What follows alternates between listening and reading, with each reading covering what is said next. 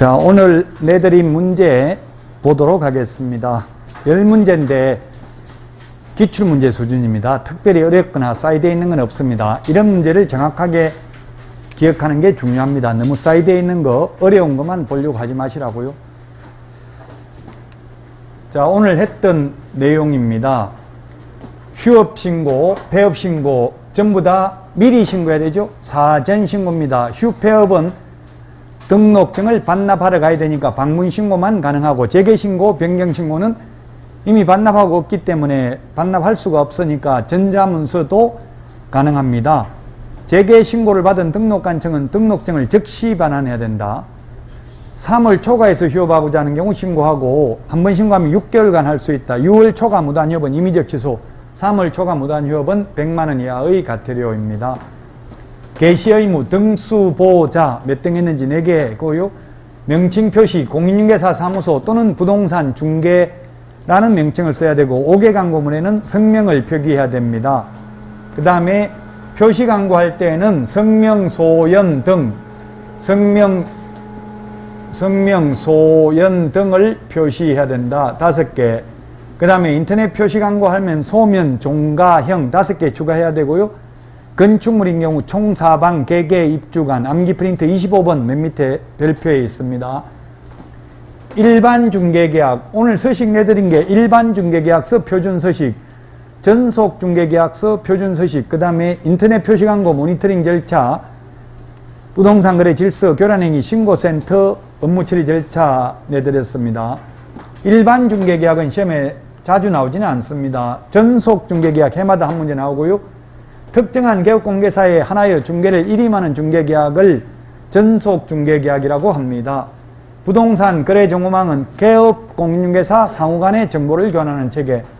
기본 윤리, 시성실, 품위유지, 공정중개는 개공 플러스 소공에게만, 비밀준수는 개공 등에게 해당되는 거고요. 성관주의 의무는 판례가 인정하는 의무입니다. 확인 설명하는 것과 확인 설명서 작성 교부하는 게 다르죠. 설명은 중개 완성 전에, 설명서 교부는 계약서 작성 시, 설명은 일방에게만, 설명서 교부는 쌍방에게 차이점 구분을 해야 되고요. 그 다음에 계약서 작성까지 했습니다. 계약서 필요제결사항, 인물계약금, 인권조교 이런 것들이 있었습니다. 자, 그러면 1번 문제 보도록 하겠습니다. 인터넷 표시 광고 이거 모니터링 절차 프린터 내드렸습니다. 시험에 올해 나올 확률이 굉장히 높습니다. 모니터링 업무 위탁할 수 있는 기관이 아닌 것은, 이건 우리 문제풀이 책에도 없습니다. 없는 내용인데 법에는 있는 거니까요. 위탁할 수 있는 기관이 아닌 것은 했는데, 첫 번째 공공기관의 운영에 관한 법률에 따른 공공기관 4군데입니다. 정부 출연 연구기관 등의 설립 운영 및 육성에 관한 법률에 따른 정부 출연 연구기관. 답은 3번입니다. 협회에 위탁할 수 있다는 말은 없습니다. 답 3번이고요. 그 다음에 민법에 따라 설립된 비영리법인으로서 인터넷 표시 광고, 모니터링 또는 인터넷 광고 시장의 감시와 관련된 업무를 수행하는 법인. 그 밖에 인터넷 표시 광고, 모니터링 업무 수행에 필요한 전문 인력과 전담 조직을 갖췄다고 국토부 장관이 지정하는 기관 또는 단체에 위탁할 수 있습니다. 4군데입니다. 협회에 위탁할 수 있다는 말은 없습니다. 이거는 기출문제 아닙니다. 작년에 개정됐기 때문에 제가 낸 거고요. 기출문제는 아니지만 기억해야 되겠죠? 개정된 부분이니까. 자, 그 다음에 2번입니다. 부동산 거래 정보망 틀린 것입니다. 국토부 장관이 지정할 수 있고요. 2번은 개업 공개사 상호간입니다. 의뢰인 상호간에, 의뢰인과 개업 공개사 간에 하면 X죠. 지정받은 날로부터 3개월 이내에 운영규정을 제정하여 승인받아야 되고요. 지정받은 날로부터 1년 이내에 정보망을 설치 운영하지 않는 경우 지정을 취소할 수 있습니다.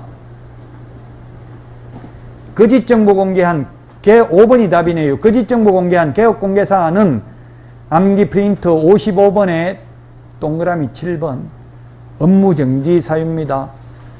암기 프린터 55번에 6번에 보면 거래정보사업자가 거짓정보 공개하면 6번 맞습니까? 거짓 정보 공개하면 지정 취소할 수 있고, 또한 1년 이하의 징역이나 1,000만 원 이하의 벌금이죠. 그 1.1이 1년 이하의 징역이나 1,000만 원 이하의 벌금이라고 했습니다. 5번이 정답이 되겠습니다. 자, 다음은 3번 문제입니다. 3번. 확인 설명에 대해서 틀린 것입니다. 중개 완성되기 전에 미리 설명해야 됩니다. 설명서 교부는 계약서 작성 시죠. 자, 그 다음에 2번은 취득 의뢰인에게만 설명하면 되고, 설명서 교부는 쌍방이라고 했죠. 자, 그 다음에 3번은 거래 당사자에게 교부해야 된다. 계약서 작성하는 때에 쌍방, 거래 당사자는 쌍방입니다. 자, 그 다음에 4번은 중개 보수를 안 받았다고 해서 확인 설명을 안 해도 된다. X입니다. 어떠한 경우에는 또 확인 설명은 생략할 수 없습니다. 의뢰인의 요청이 없어도 중개 보수를 안 받아도 설명해야 됩니다. 설명을 하지 않거나 잘못 설명해서 의뢰인에게 재산상 손해가 발생했으면 그 손해를 배상해야 되죠. 5번입니다. 1조 소음 진동 설명 안 해도 된다. 1소진, 이건 1의 서식에는 기재해야 되죠. 1조량 소음 진동은 확인 설명서 1의 서식에는 기재해야 됩니다. 확인 설명서 서식이 4개가 있는데 1, 2, 3, 4 1의 서식에만 기재해야 되는 것이 있고요. 비선호 시설은 1의 서식하고 3의 서식만 기재하죠. 모든 서식에 다 기재하는 게 뭐라고 했어요? 대권, 금세, 실수는 모든 서식에 다 기재해야 되는 사항입니다. 대권 잡으면 금세, 실수한다. 지금 현 대통령께서 지지율이 약 40% 정도 되는데, 역대 전두환 전 대통령 이후 박정희 전 대통령은 18년 했으니까 뭐 그때는 지지율 이런 거 계산도 지지율 같은 것도 없었습니다. 전두환 전 대통령 81년부터 지금까지 지지율 최고 높대요. 4년차 지지율이. 그만큼 역대 정권 다 처음에는 인기가 있다, 막판 되면 다 인기가 없다고요. 대권 잡으면 금세 실수한다. 대상 물건의 표시, 권리관계, 거래 예정금액, 취득 관련 조세, 실제 권리관계, 중개보수 산출 내역 4가지 서식 공통적 기재사항입니다. 4번은 답은 그래서 5번입니다. 5번. 설명 안 해도 된다. 권리관계 등기부에 기재 안 돼 있는 건 설명 안 해도 된다. X죠. 실제 권리관계도 다 설명해야 됩니다. 확인이 곤란하긴 하죠. 1조 소음 진동 개업공개사는 거의 신적인 존재가 돼야 됩니다. 다 설명해야 됩니다. 어떻게든 알아내가지고 의뢰인한테 물어봐야 되겠죠. 자, 4번 옳은 것입니다. 옳은 것. 등록인장 변경 7일 이내 변경 등록이죠. 7일 이내 변경 등록 맞고요. 그 다음에 교부할 의무가 없다 했는데, 중개대상물 확인 설명은 일방 취득의뢰인에게만 설명하는데, 손해배상 책임은 거래 당사자 쌍방에게 설명해야 됩니다. 중개 완성된 때 설명합니다. 중개대상물 확인 설명은 미리 완성되기 전에 설명하죠. 교부, 쌍방교부 해야 됩니다. 확인 설명서, 중개대상물 확인 설명서도 쌍방교부, 손해배상 책임을 위한 이 보정 설정에 대한 보정관계 정서도 쌍방에게 교부해야 됩니다. 설명도 해야 되고요. 니은은 틀렸습니다. D것은 전속중개계약은 2주일에 1회 이상 업무 처리 사항을 문서로 통지해야 됩니다. 일반 중개계약은 이런 의무 없죠. 일반 중개계약은 우리 아까 서식 봤잖아요. 조속히 거래가 이루어지도록 성실히 노력해야 된다는 말밖에 없습니다. 일반 중개계약서와 전속 중개계약서 서식 1번부터 6번까지 있는데, 1번, 2번 갑과 의뢰의 권리 의무, 즉 의뢰인과 개업공개사의 권리 의무만 다루고 나머지 3번 유효기간부터 6번 기타 사항까지 다 똑같습니다. 서식 뒷면도 일반 중개계약서, 전속 중개계약서 똑같습니다. 요약집에는 서식 없습니다. 그래서 오늘 서식 일반 중개계약서, 전속 중개계약서 둘 다 내드렸고요. 서식이 한 문제는 시험에 나오는데 가장 중요한 서식이 확인 설명서 1의 서식이 사실 가장 중요합니다. 그 다음에 전속 중개계약서, 세 번째 중요한 게 부동산 거래 신고서 서식, 요 3개에서는 시험에 한 문제 반드시 나옵니다. 3개 중에 하나는, 3개 서식은 꼭 봐야 됩니다. D건 맞고요. 리얼 일반 중개계약서는 보존 의무 없죠. 전속 중개계약서 확인 설명서 3년 보존, 거래계약서 5년 보존, 매수 신청 대리 관련 서류 5년 보존입니다. 답 2번이 되겠고요.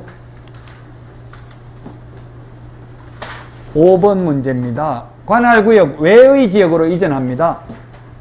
우리 이사 가는 거하고 똑같다고 했어요. 이사 가고 나서 동주민센터에 신고하면 되죠. 옛날에는 전출 신고하고 전입 신고했는데 지금은 전입 신고만 하잖아요. 우리 이사 가면 같이 사무소도 옮기는 거잖아요. 똑같다고 전입 신고하는 절차와. 그래서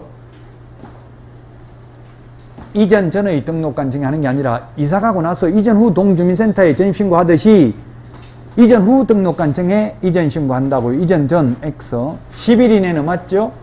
그 다음에 니은은 행정처분도 이전 전이 하는 게 아니라 이전 후 등록 관청이 할 수 있도록 암기 프린터 16번 맨 밑에 보면은 18번에 있나요? 16번에 있나요? 몇 번 있죠? 맨 밑에 16번입니까? 18번입니까? 송부해 주는 거 서류 18번 맨 밑에 제가 번호까지 다 암기는 못해요.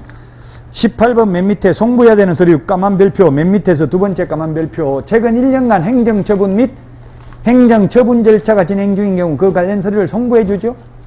이전 후 등록 관청이 할 수 있도록 따라서 이전 후 등록 관청이 합니다.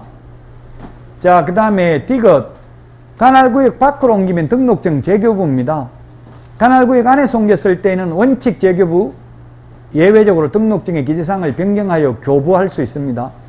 근데 이건 관할구역 밖으로 외로 이전했기 때문에 변경사항을 기재해서 교부할 수 없고 재교부해야 된다고요. 군포시에 있다가 안산시 상록구로 옮겼으면 군포시장한테 받은 거 반납하고 상록구청장한테 받아야 되죠. 재발급 받아야 돼요. 기재사항을 변경하여 교부할 수 있는 게 아니라 같은 군포시 안에서 옮겼으면 주소만 바꿔서 교부할 수 있다고요. 등록관청이 똑같으니까. 지금 관할구역 밖으로 갔으니까 변경사항을 기재해서 교부하면 안 되고 재교부해야 됩니다. 따라서 답은 1번이 되겠습니다. 자, 휴업, 폐업 신고에 대한 설명으로 틀린 것입니다.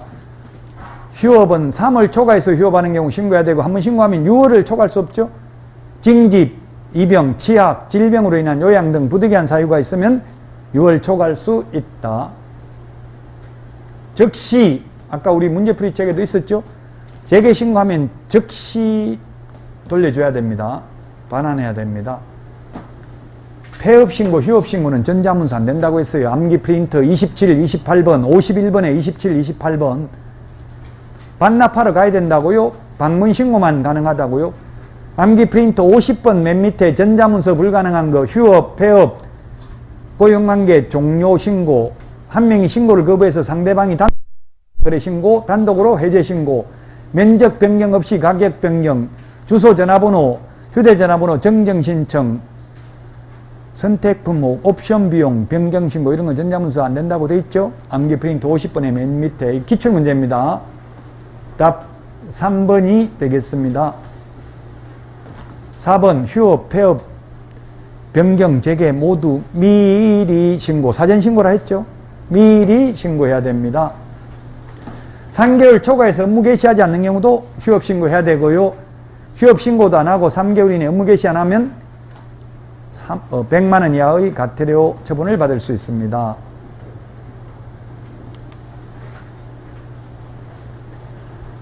7번 문제입니다. 개업, 공인중개사 등의 결격사유, 취직도 못하고 개업도 못하는 결격사유죠. 12가지가 있습니다. 암기 프린터 31번에 있고요. 최근 35년간 해마다 출제를 했습니다. 이때까지 32번 시험 봤는데 30문제 출제를 했습니다. 결격사유. 최근 35년간 계속 출제를 했다고요. 옛날 초창기 때 1회 때는 안 나왔어요. 어려워가지고.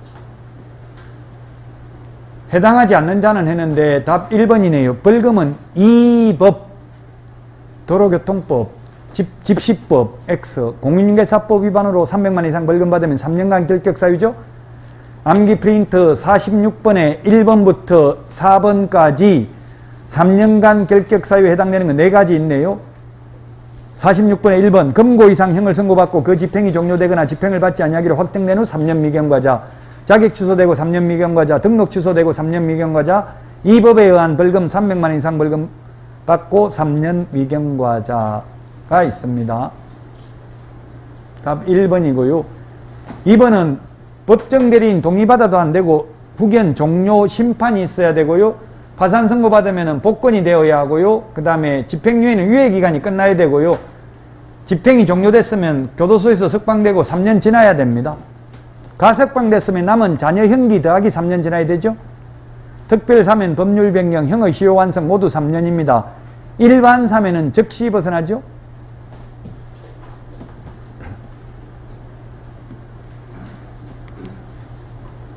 8번 문제입니다. 8번. 틀린 것은 했는데 답 1번입니다. 인장 등록 법인인 경우 법인 인장입니다. 법인 대표자 자연인 인장이 아니라 법인 인감도장이어야 한다고요. 분사무소에서 사용할 인장은 법인의 대표자가 보정한 인장을 등록할 수 있다. 개인은 인감도장이 필요 없고 7mm 이상 30mm 이내의 실명도장이면 됩니다. 1번이 되겠습니다. 인장 등록 위반하면 개업공개사 업무정지, 소속공개사는 자격정지입니다. 개설 등록 신청하고 같이 할 수 있고 소속공개사 고용신고하면서 같이 할 수 있고 별도의 인장 등록 신고서에 의해서 할 수도 있습니다. 등록인장, 변경등록 신고서 서식은 하나밖에 없는데 인장 등록 신고서 서식은 3가지입니다. 등록 신청하면서 해도 되고 소속공개사 고용신고하면서 해도 되고 별도의 인장 등록 신고서에 의해서 해도 됩니다.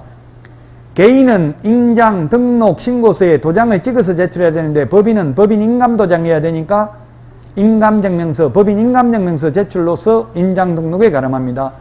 법인 인장 등록, 법인 인감증명서 어디 가면 뗍니까? 동주민센터에서 뗀다, 등기소에 뗀다. 답은 어디서 뗀지는 시험에 안 나옵니다. 상업등기소에 가서 떼면 됩니다. 우리 개인은 동주민센터에 가서 인감증명서 떼면 되죠.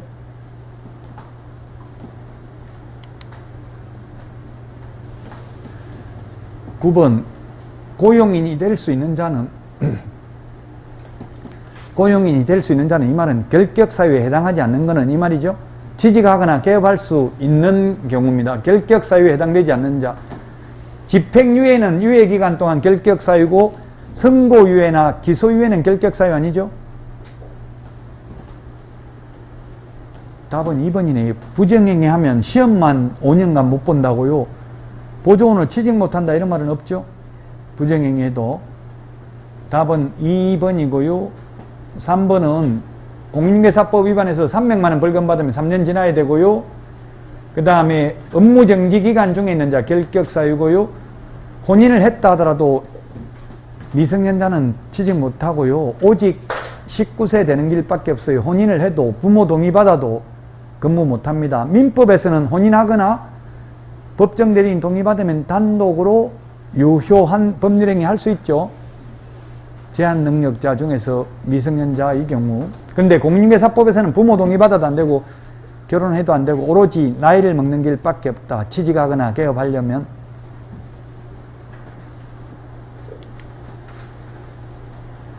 다 푸는 거 맞아요? 10번 마지막 문제 맞습니까? 빨리 푸는 것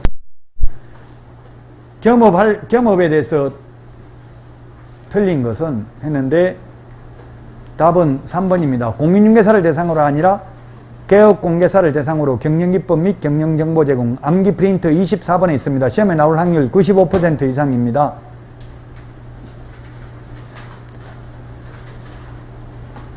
(1번에) 분양대행은 가능한데 분양업은 안 되고요. 주택 상가 분양대행만 가능하고 택지 분양대행 가능하다. X.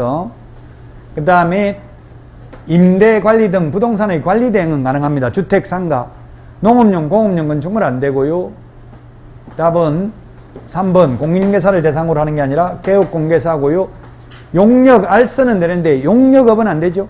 도배의 사업체를 직접 운영하는 건 안 되고 소개하는 것만 된다. 이렇게 법인에게만 겸업을 제한하는 이유는 이유 시험에 안 나옵니다. 그냥 이해를 돕기 위해서 이유 말씀드리는 거고요. 외국 대형 법인이 우리나라 진출해서 우리나라 개인중개업소와 무한 자유경쟁을 하면 우리나라 개인중개업소 망하니까 골목 상권을 보호하기 위해서 돈 되는 거는 못하게 하고 있어요. 법인인 경우. 외국에서 항의하면 외국 법인 너희들만 그런 게 아니라 우리나라 법인도 마찬가지다 이렇게 주장하는 거예요. 국세징수법에 의한 공매대상 부동산의 권리분석 취득알선 할 수 있는데요. 이 국세징수법에 의한 공매부동산에 대한 입찰 대리하려면 매수신청 대리인 등록할 필요 없습니다. 경매부동산에 대한 매수신청 대리인 등록을 하고 그 감독을 받아야 되죠. 지방법원장에게. 경매부동산에 대한 권리분석이나 취득알선만 하는 경우에도 매수신청 대리인 등록할 필요 없습니다. 이런 겸업을 하고 받는 수수료는 중개보수가 아니기 때문에 많이 받아도 공인중개사법 위반이 아닙니다. 부칙개공, 즉 중개인은 경공매 5번 이거 못합니다. 매수신청들이 못합니다. 이런 겸업제한을 위반하면 등록을 취소할 수 있습니다.